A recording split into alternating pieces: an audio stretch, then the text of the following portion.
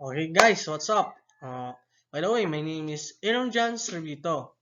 Um, I taking I take out talk up the course of Bachelor Elementary Education in currently in University of Eastern Philippines Lawang campus. Uh, this video will check by Professor Cardad M. Del Monte. Then uh, we will talk about the history of Philippine educational system. By the way, viewers, I have to discuss only my idea. Kung meron man kayong idea na nami-miss dito sa aking discussion, please pakiintindihin niyo na lang yung discussion ko. Then, first up, the education during the pre-colonial period. Ano yung the pre-colonial period? Ano yun? Ito yung time na hindi pa tayo, wala pa sa ating nag-occupy na country. Yung sumasakop na mga dayuhan. Dito pa yung mga nagsimula yung mga tribal anino natin. Itong pre-colonial period. Meaning, the education was formally structured, decentralized. Father taught their sons how to look for food and other means of livelihood. Mothers taught their girls to do the household chores. This education basically prepared their children to become good husbands and wives. Children were provided more vocational training but lesser academics. Teachers were tribal tutors, Babaylan at Katalunan. Okay. In the pre-colonial period, the educators or teachers in this period is our parents in this time and tribal like Babaylan and Katalunan. It is not yet fashionable for professional teachers like today who teach us who teach us is every teacher is professional. Lahat na teacher ay dumadaan sa dumadaan sa maraming like board exam yan para maging teacher. Then in this period every father, every tatay teaching during this period to their son is how to look for food. Paano humanap ng pagkain sa kanilang anak na lalaki. Then every mother naman and their daughter, kanilang anak na babae, uh, it teaches during this period is how to be good at the kitchen or housework. Kung paano sa loob ng bahay, kung paano sila maging mahasa sa mga gawaing bahay. Then, the education of pre-colonial period was to prepare their children to be responsible husband and wives. Yun. Kung paano maging mabuting asawa o responsableng asawa. Ang edukasyon noon ng bawat in this pre-colonial period. Next, education during Spanish era. Ano yung Spanish era? Ito yung panahon na ng pananakop ng Spanish. Almost 300 years tayo sinakop ng Spanish era. Education was formal and organized. It was authoritarian in nature. Tribal tutors of the pre-Spanish period were replaced by Spanish missionaries. Pupils attended formal schooling in the parochial school. Instruction was religion-oriented. Christian doctrines, creed, songs, and music and prayers were taught because they were required for confession and communion. There was a separate school for boys and girls. All the Filipinos or Lestrados were accommodated in the schools. Okay. Sa panahon ng sa Castilla or Spanish era, in the Spanish era, this education here of us Filipinos is more shaped by the Spaniards.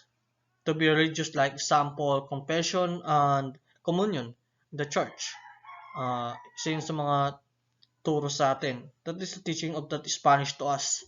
Then the school policy in this era, magkaiba.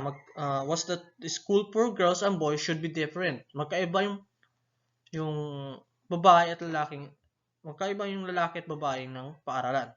Then, and the only ones who could enter this school were the wealthy Filipinos and Ilustrados. Yung nakakapasok lang daw sa in this Spanish era is ilustrados or wealthy Filipinos. Ano yung mga estrados? Example o Jose Rizal, isa yun sa mga ilustrados, mga wealthy Filipinos noong Spanish era.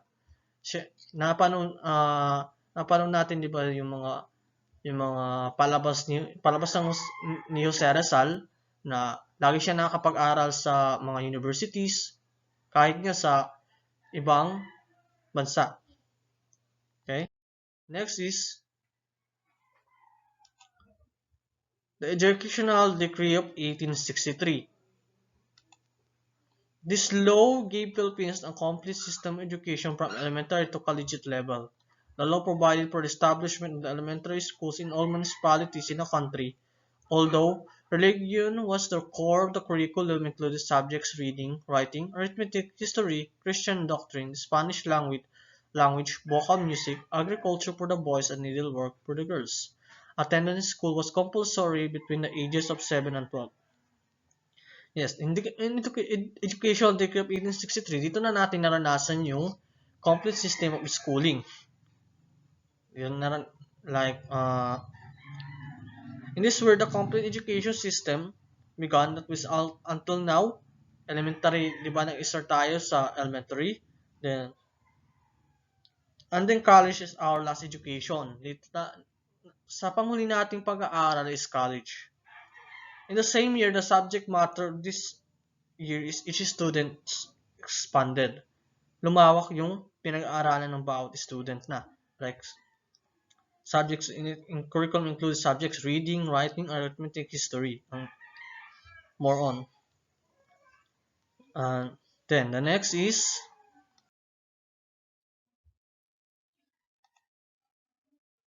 educational during the American regime 1898 to 1946. Ito na yung American time regime. The Americans promoted democratic ideals and democratic way of life.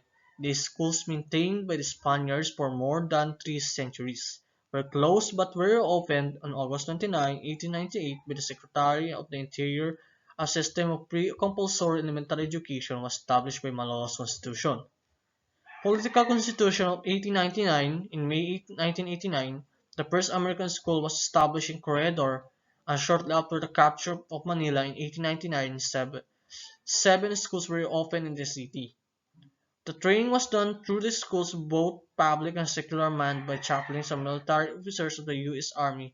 Thomas Sykes arrived in the Philippines on August 23, 1901. The University of the Philippines was founded in 1908.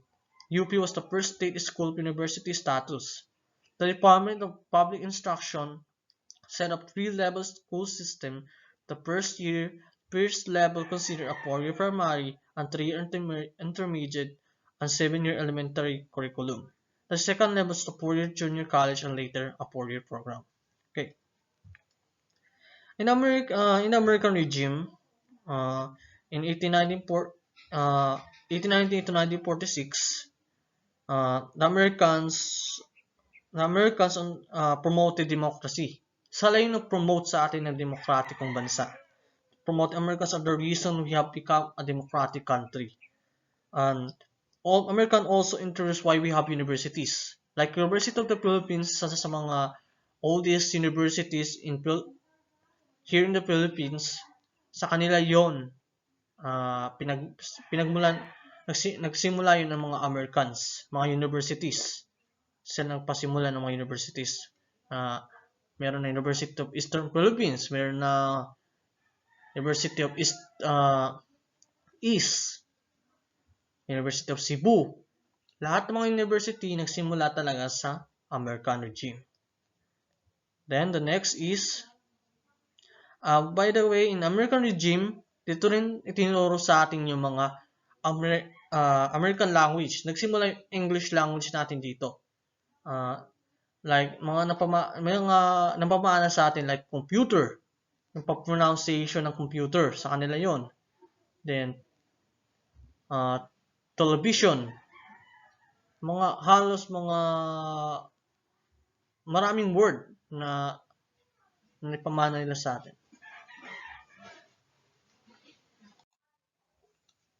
Okay. Next is The Commonwealth period, 1935 to 1942. Free education and public schools were provided all over the country in accordance with the 1935 Constitution. Vocational education and some household activities like sewing, cooking, and farming were also given importance. Education also emphasized nationalism, so the students were taught about the life of the Filipino heroes. Vocational education and some household activities were also given importance. Good manners and discipline were also taught to the students. The Institute of Private Education was established in order to observe private schools. Formal adult education was also given. Okay. During the Commonwealth period from 1935 to 1942, free education began in public schools throughout the country because of the accordance in 1935 Constitution. Then, in the Commonwealth period, they give importance the vocational education like sewing, cooking, farming. Kaya hanggang ngayon, in our secondary level, in high school, meron tayong kurso ng mga pagtatahi at pagluluto at agriculture. In a common period ng simula na yon. Then, an emphasis has been given to household activities such as sewing, cooking, and so on. Nowadays, sewing, cooking is only one of the school courses. Then, it was also here in the Commonwealth period that our national heroes were included in the books to fully identify them and study them. Di ba? Lahat tayo in elementary to college, pinag-aaralan natin ng mga national heroes. Dito yung nagsimula sa Commonwealth period, nagsimula na yung pag-aaral sa mga life ng sa mga naging buhay ng ating national heroes like Jose Rizal, Andres Bonifacio, Juan Luna, Antonio Luna, Apolinario Mabini, at marami pang iba. And then, ang good manners, vocational education, some sold activities were also given importance, di ba? Binigyan ng importansya yung vocational education at saka itinuro na rin yung good manners and discipline. But right now, good manners and right conduct ang tinuturo ngayon in this sa ngayong panahon. The common period were also started the private schools. Hindi rin nag-start yung private schools in this Commonwealth period. Okay.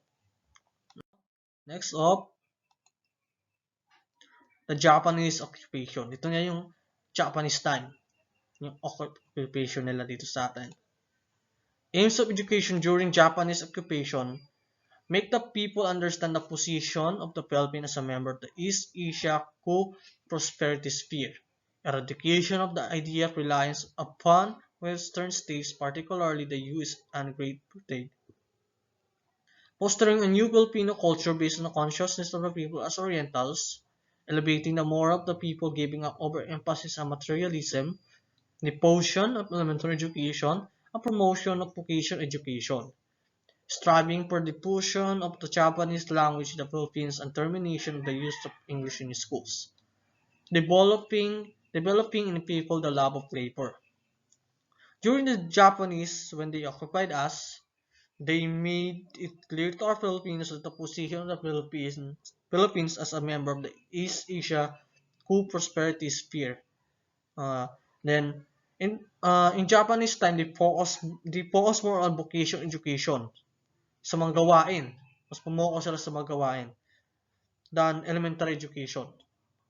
Mas pinaboran nila yung mga vocation. Alam na natin yung vocation, di ba? Like what I've said earlier, because of their conquest, they also taught their Japanese language.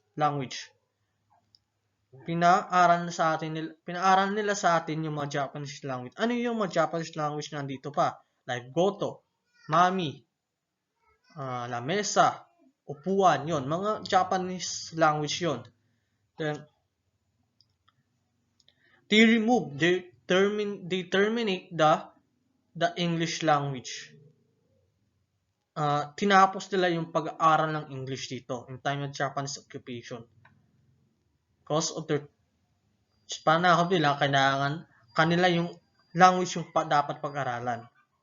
At yung tinapos nila yung pag-aaral sa English ng mga Filipino students. Then, so vocational education, Because they are more laboring, they give importance to every workers. Mas binigyan nila importansya yung mga workers. Uh, like here, developing in people the love of labor. The love of labor. Yung mga manggagawa, binigyan nila ng importansya. Okay. The last four is post-colonial Philippines. Ito na yung natapos na yung mga pananakop. Dito tayo, still a democratic country in this time. Education aimed at the full of realization of the democratic ideals and way of life. The civil service eligibility of teachers was made permanent pursuant to the Republic Act or RAO 1079 in June 15, 1954. A daily flag ceremony was made compulsory in all schools, including the singing of the national anthem pursuant to the Republic Act or RA 1265 approved on June 11, 1955. Curricular offerings in all schools the works and writings of Jose Rizal, especially the Noli Me Tangere and El Filibusterismo, shall be included in all levels. Elementary education was nationalized and matriculation fees were abolished. A Magna Carta for teachers was passed into law by virtue of Republic Act or RA 4670. Okay. When the foreign occupation ended, we still became a democratic country because of the preaching and influence given us by the Americans. Dahil sa impluensya nga ng Americans, na pagiging demokratiko nila, naipasa nila sa atin, naging democratic country, kahit hanggang ngayon, still democratic country tayo. Here we have also made the flag ceremony a daily routine in the morning and will be accompanied by the singing of the national anthem. Diba?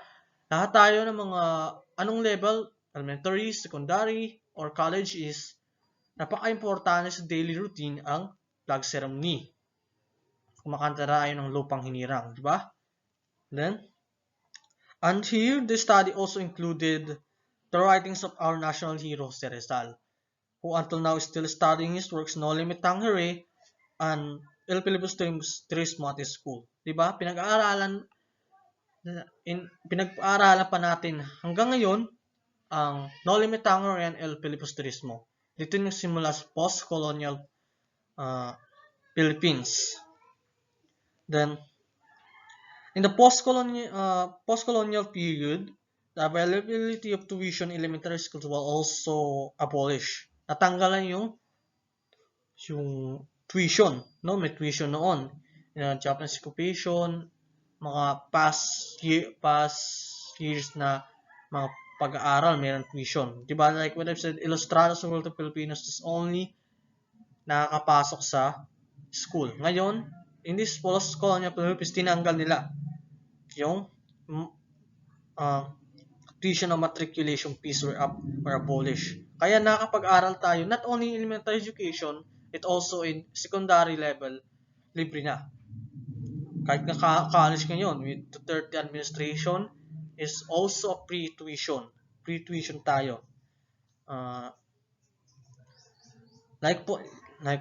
Anyway, in post-colonial Philippines, the Magna Carta for Teachers was passed into law by virtue of Republic Act. The Magna Carta for Teachers was passed into law. And that's it today, my dear viewers. And I hope you understand all my discussion about the history of Philippine educational system.